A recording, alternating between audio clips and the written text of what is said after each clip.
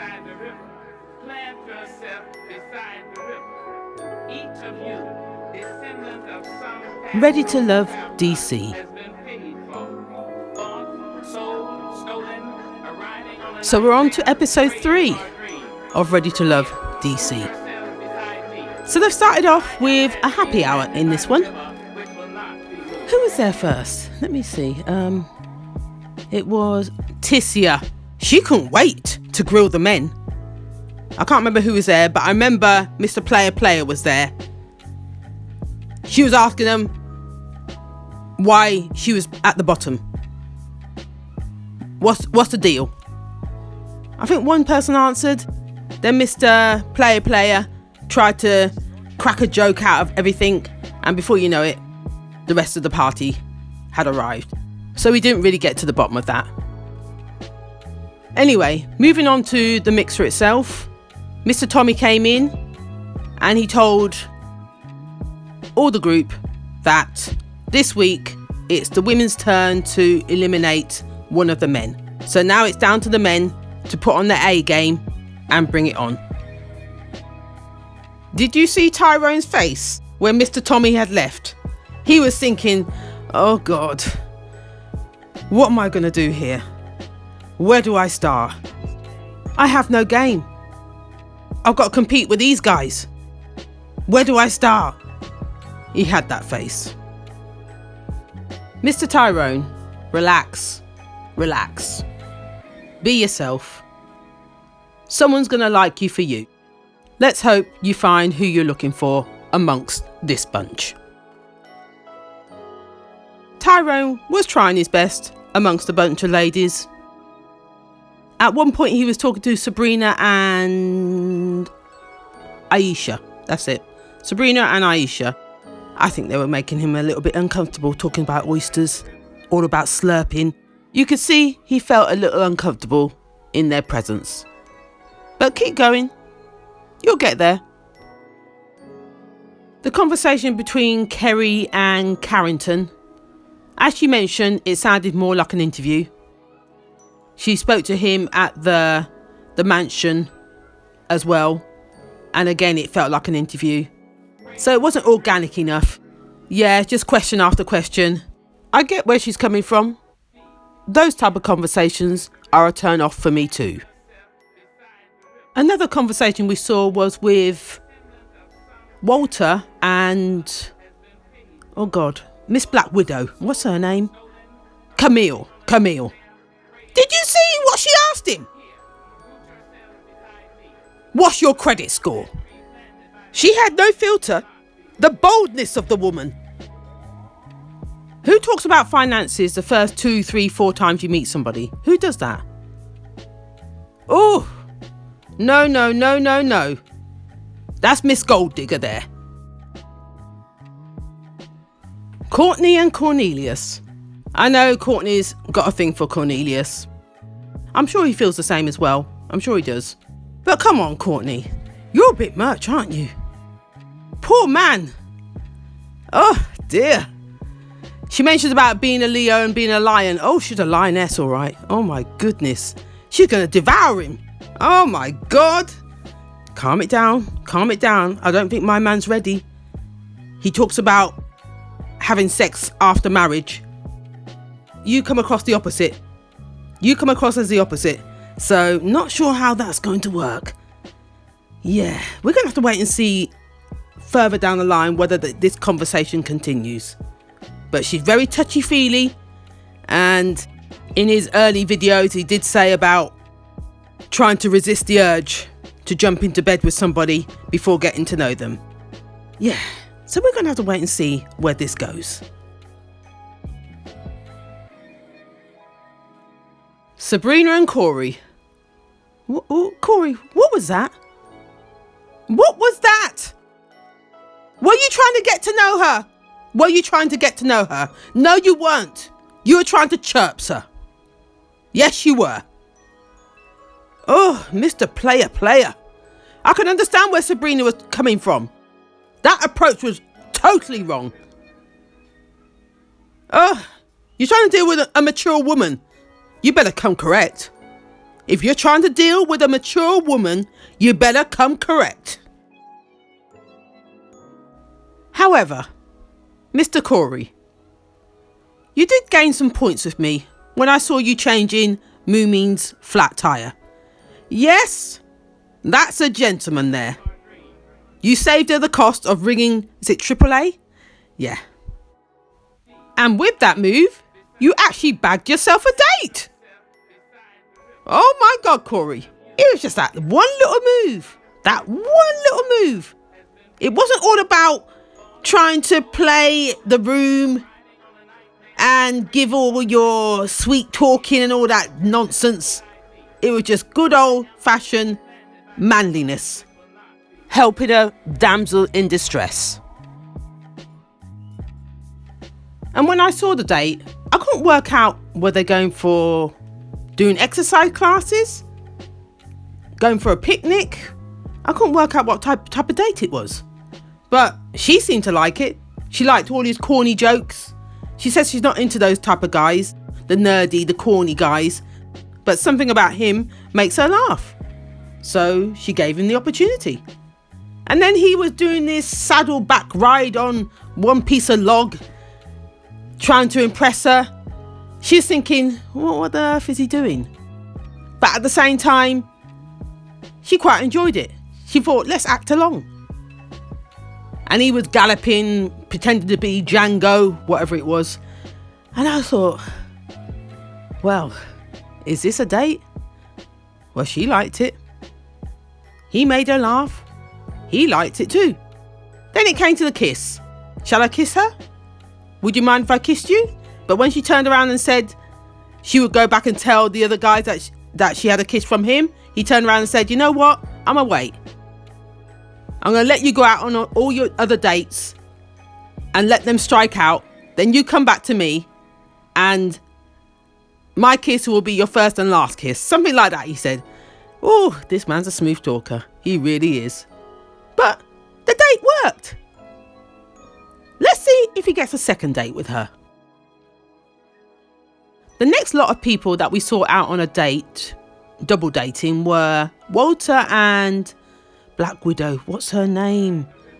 Oh, Camille. Camille. Also Courtney and Cornelius. Yes.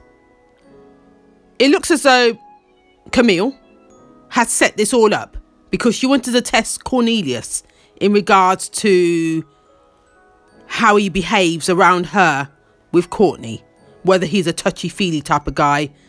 Yeah, I think she's a little bit jealous that his attention is elsewhere, so she wants to sort of see whether she can nab him back. Ooh, this girl, Black Widow, she's not playing. Talk about weaving her spider web. She wasn't playing. She weren't lying when she said that. Oh dear. Anyway, fast forward. Their conversation revolved around religion and sex. Whether they could do without sex before marriage. I remember Walter said, nah, I need my sex.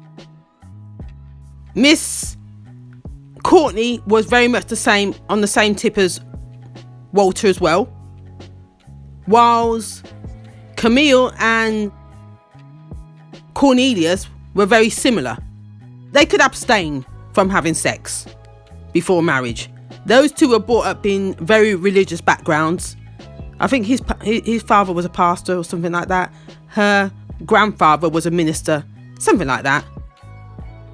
But when Mr. Cornelius found out that Courtney wouldn't do without sex before marriage, I think that slightly put him off. I think it did. Now, I think Camille may have the upper hand here. So, we're going to have to wait and see where this goes. The next conversation we saw was with Tyrone and Kadia. Those two were talking about his battle with PTSD. So he was being very open and vulnerable with her. And when talking to the camera, she did say she liked that about him, that he felt comfortable to be open with her in that way. Also, yeah, as he said, being in this experiment makes you have to open up very quickly with people than if you were in the outside world. So, yeah. It's a race against time, isn't it? You have to put all your cards on the table. But them two seem to gel. I know he's definitely into her. Not sure about her into him at the moment. But let's see whether they go on a second date. The next date we saw was with Aisha and Carrington. They went on some sort of lunch date. Now, starting with Carrington, he's 33, Aisha's 38. Carrington turned around and said he likes the older woman, but normally he dates women older than Aisha. But as we already know, he's never been in a relationship. He's always done situationships. Now, on top of that, with Aisha hearing about what he does for a living, event planning, which is all to do with nightlife, that to her was a red flag. Aisha, I'm with you as well on that one. That to me is a red flag. As Aisha described it, it's a sex-driven world, ladies in your face, flirty. Yeah, that there isn't going to work. Which is why he isn't in a relationship. Which is why he has situationships. I'm not too sure he's ready to settle anyway. I did say in one of my earlier videos I wasn't too sure about him. Even more so now. When she threw the curveball questions at him, my man was sweating. That said it all for me. He said he's never cheated because he's never been in a relationship. He's been in situationships. Dear. I don't even know where to begin with that.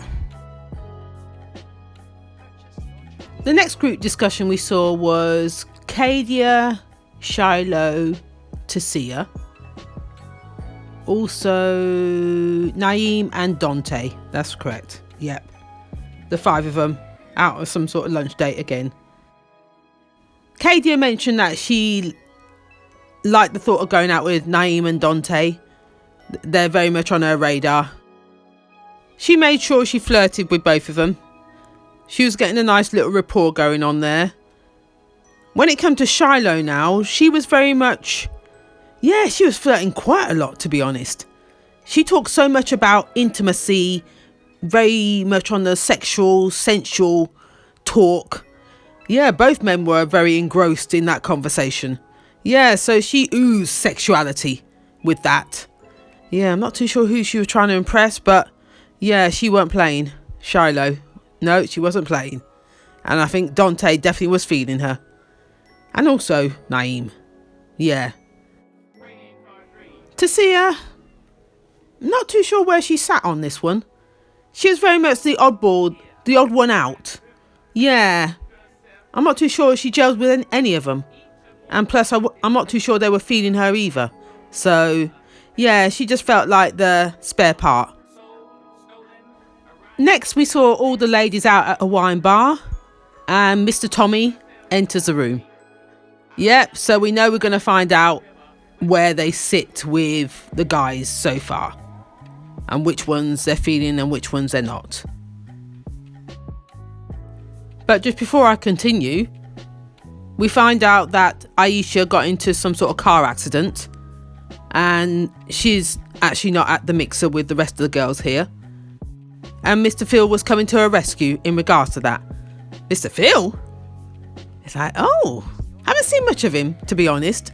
But Phil came to the rescue for Aisha. Oh, that's interesting. We're going to have to wait and see whether that goes anywhere.